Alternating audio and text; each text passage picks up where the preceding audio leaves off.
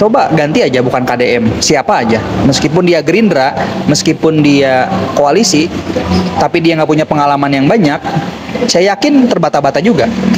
Jadi memang faktor kepemimpinan seseorang itu sangat mempengaruhi besar dalam dia memimpin, menentukan kebijakan. Ya 60% lah saya kira.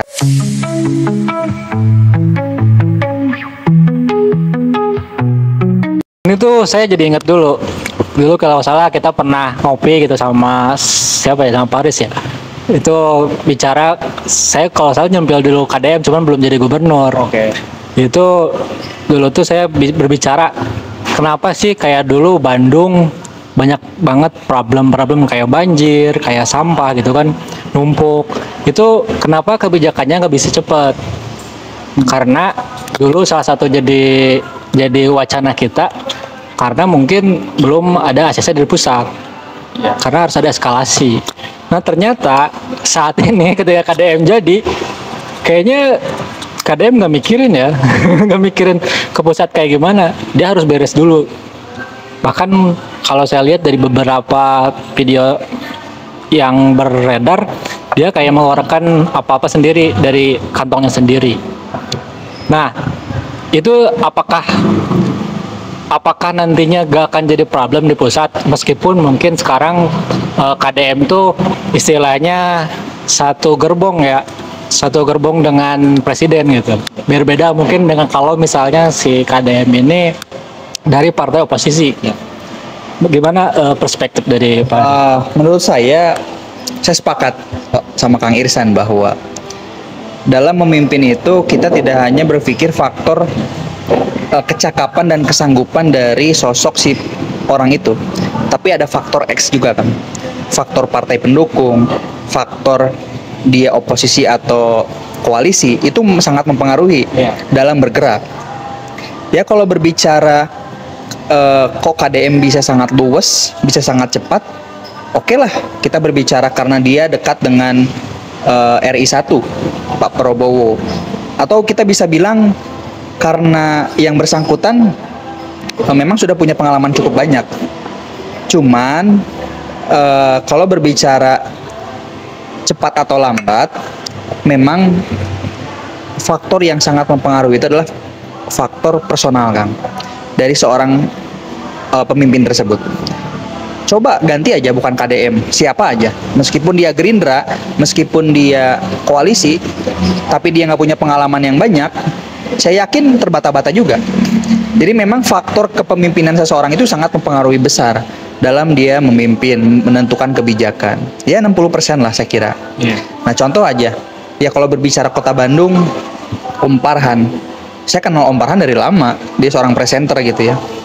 Tapi ketika memimpin Bandung, menurut saya ya, ini subjektif saya tidak menyalahkan Om Parhan, saya suka beliau. Hanya ada sisi-sisi di mana dia masih meraba-raba, masih test the water, cek ombak. Lamun orang kieu salah tanya. Itu Om Parhan saya lihat, menurut saya. Tapi kalau Kang Deddy, dia seakan-akan sudah tune in, mesinnya udah panas nih, gitu. Siap tempur ya? Udah siap tempur, udah siap mengurusi masalah gitu. Iya.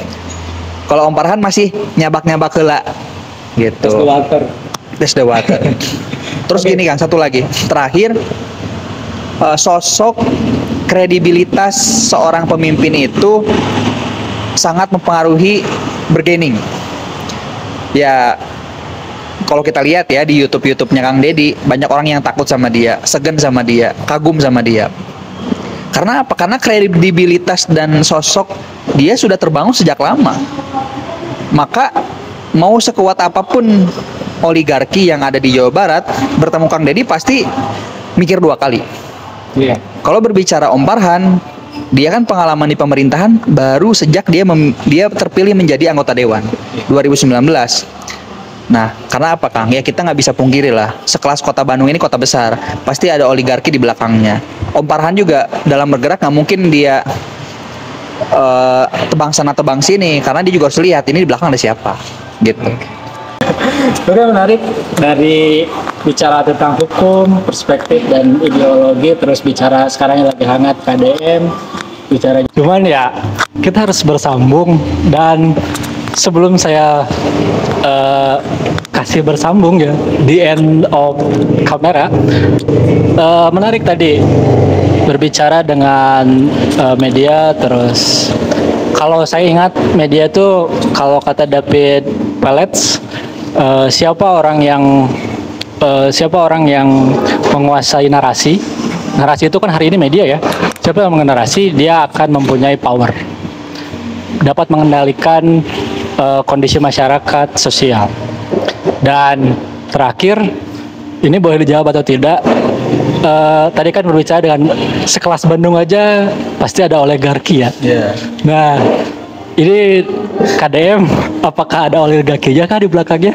Terserah berjawab atau tidak.